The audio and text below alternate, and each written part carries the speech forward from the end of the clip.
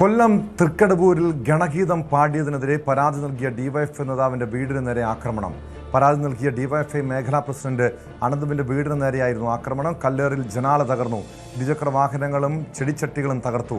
ആക്രമണത്തിന് പിന്നിൽ RSS പ്രവർത്തകരെന്ന് DYFI ആരോപിച്ചു. വിവരങ്ങളുമായി വിനീഷ് ചേരുന്നുണ്ട് കൊല്ലത്ത് നിന്ന്.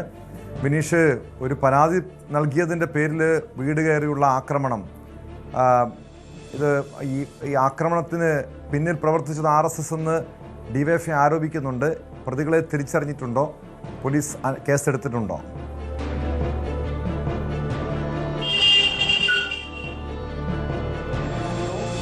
ാണ് ഈ സംഭവം ഉണ്ടാകുന്നത്. തൃക്കടവൂർ ഡിവൈഎഫ്ഐ നേതാവിന്റെ വീടിന് നേരെ അക്രമം നടത്തുകയായിരുന്നു. തൃക്കടവൂർ ഡിവൈഎഫ്ഐ ഈസ്റ്റ് മേഖല കമ്മിറ്റി അനന്തുവിന്റെ വീടിന് നേരെയാണ് അക്രമം ഉണ്ടായത്. കല്ലേറിൽ വീടിന്റെ ജനച്ചില്ലുകൾ തകരുകയും കസേരയടക്കം തകരാറുകൾ സംഭവിക്കുകയൊക്കെ ചെയ്തിട്ടുണ്ട്. സംഭവത്തിൽ അഞ്ചാലുമൂട് പോലീസ് സംഭവ സ്ഥലത്തെത്തുകയും വിശദമായി പരിശോധന നടത്തുകയും കേസ് രജിസ്റ്റർ ചെയ്യുകയും ചെയ്തിട്ടുണ്ട്. ഈ അക്രമത്തിന് പിന്നിൽ RSS പ്രവർത്തകരെന്നാണ് അനന്തു ആരോപിക്കുന്നത്. അനന്തുവിന്റെ പരാതിയിലും പറയുന്നുണ്ട്. കാരണം അനന്തുവിന്റെ വീട്ടിൽ മുത്തശ്ശിയും അമ്മയും അനന്തുവും മാത്രമായിരുന്നു വീട്ടിലുണ്ടായിരുന്നത്. ഈ സമയത്താണ് പുലർച്ചെ അക്രമം നടത്തിയതെന്നാണ് പരാതിയിൽ പറയുന്നത്.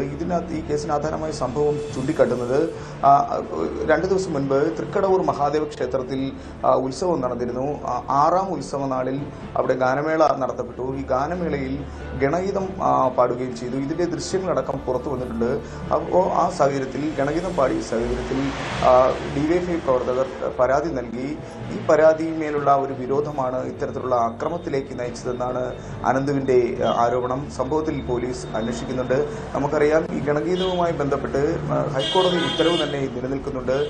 ഈ കഴിഞ്ഞ വർഷം ഈ സമാനമായ കേസുകൾ ഉണ്ടായിട്ടുണ്ട് ജില്ലയിൽ തന്നെ. ഗണഗീതം പാടിയതുമായി ബന്ധപ്പെട്ട് കടയ്ക്കൽ ക്ഷേത്രത്തിൽ, അതുപോലെ തന്നെ കോട്ടുക്കൽ ക്ഷേത്രത്തിലെല്ലാം ഇത്തരത്തിലുള്ള സമാനമായ രീതിയിൽ ഗണഗീതം പാടിയതായി. കോട്ടുക്കൽ ക്ഷേത്രത്തിൽ അലോഷി വിപ്ലവഗാനം ആലപിച്ചു. കടക്കൽ ക്ഷേത്രത്തിൽ അലോഷി വിപ്ലവഗാനം ആലപിച്ചു.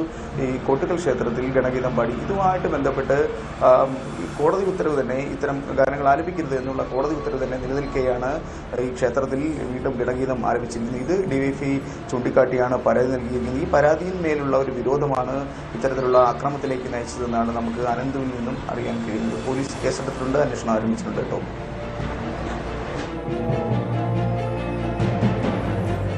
അങ്ങനെ വലിയ പ്രശ്നങ്ങൾ നിലനിൽക്കുന്നൊരു സ്ഥലമാണോ ഡിവൈഎഫ്ഐ അല്ലെങ്കിൽ CPM RSS ഒരു സംഘർഷം നിലനിൽക്കുന്ന സ്ഥലമാണോ ഇത്? സംഭവത്തിന് പിന്നാലെ പോലീസ് എത്രത്തോളം ജാഗ്രതയിലാണ്? വീണ്ടും ഒരു അക്രമ സംഭവങ്ങൾക്ക് സാധ്യതയുണ്ടോ അവിടെ?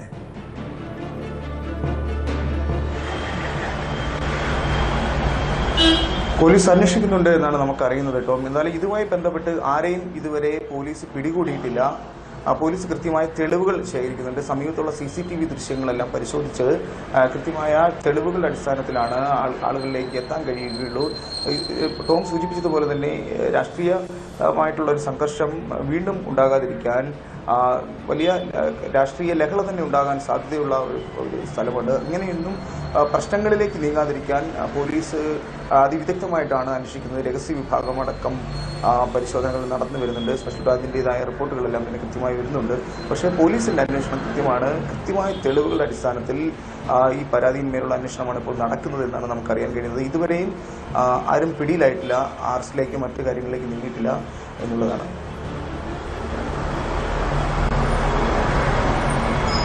ഈ പ്രതികളെ തിരിച്ചറിയാൻ കഴിഞ്ഞിട്ടുണ്ടോ? ഇത് RSS പ്രവർത്തകരെന്ന് പറയുന്നുണ്ട്. ആരാണ് വീട് കയറി ആക്രമണം നടത്തിയതെന്ന കാര്യത്തിൽ അനന്തുവിന് വ്യക്തതയുണ്ടോ?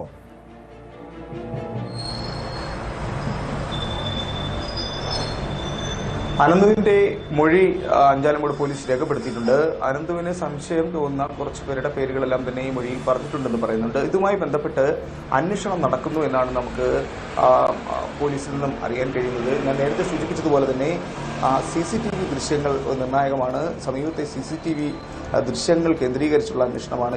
ഇന്ന് പുലർച്ചെ 1 മണിയോട് കൂടിയാണ് ഈ ഒരു കൃത്യം നടക്കുന്നത്, വീടിന് നേരെ ആക്രമണം നടക്കുന്നത്. അപ്പോൾ ആ സമയത്ത് അതുവഴി കടന്നുപോയിട്ടുള്ള വാഹനങ്ങൾ, അതുപോലെ തന്നെ ആൾക്കാർ, ഇവരുടെ എല്ലാം ലിസ്റ്റ് കൃത്യമായി പോലീസ് പരിശോധിക്കുന്നുണ്ട്. ഈ ദൃശ്യങ്ങളടക്കം പരിശോധിച്ചാണ് ഇതിൻ്റെ മറ്റ് നടപടിക്രമങ്ങളിലേക്ക് നീങ്ങുക. എന്തായാലും നിലവിൽ ഇത് കുറച്ച് അന്വേഷണം കുറച്ച് പോലീസ് കാര്യമായി എടുക്കേണ്ട, ഒരു ഗൗരവത്തോടെ എടുക്കേണ്ട ഒരു വിഷയം കൂടിയാണ്. കാരണം കൃത്യമായ തെളിവുകളാണ് ഇതിൻ്റെ പ്രധാനമായിട്ടും വേണ്ടത്. എന്തായാലും ഈ അനന്തുവിൻ്റെ ആരോപണം ഈ RSS BJP ബന്ധമുള്ളവർ തന്നെയാണ് തൻ്റെ വീടിന് നേരെ അക്രമം നടത്തിയതെന്നാണ്. ഇത് സമാനമായ സംഭവവും ആനന്ദ് ചൂണ്ടിക്കാട്ടുന്നുണ്ട്.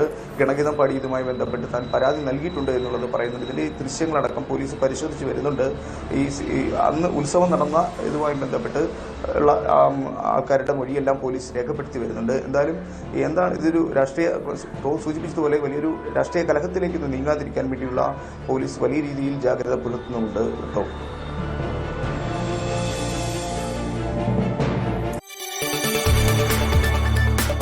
കൂടുതൽ വാർത്തകൾക്ക് News 18 Keralam YouTube channel subscribe ചെയ്യുക.